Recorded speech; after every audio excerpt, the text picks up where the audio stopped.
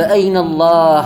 قال نافع: خرجت مع ابن عمر في بعض نواحي المدينة ومعه أصحاب له، فوضعوا سفرة لهم، فمر بهم راعي فقال له عبد الله: هلم يا راعي فأصب من هذه السفرة. فقال: إني صائم. فقال له عبد الله: في مثل هذا اليوم الشديد حره، وأنت في هذه الشعاب في آثار هذه الغنم وبين الجبال ترعى هذه الغنم وأنت صائم؟ فقال الراعي: أبادر أيام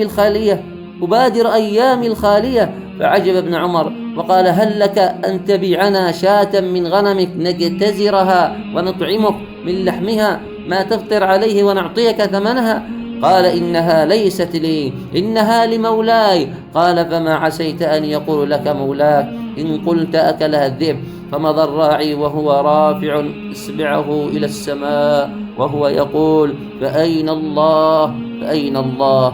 قال: فلم يزل ابن عمر يقول: قال الراعي: فأين الله؟ فأين الله؟ فما عدا أن قدم المدينة فبعث إلى سيده فاشترى منه الراعي والغنم، فأعتق الراعي ووهب له الغنم، ثم قال له: لقد أعتقتك هذه الكلمة في الدنيا، فأسأل الله أن تعتقك يوم القيامة.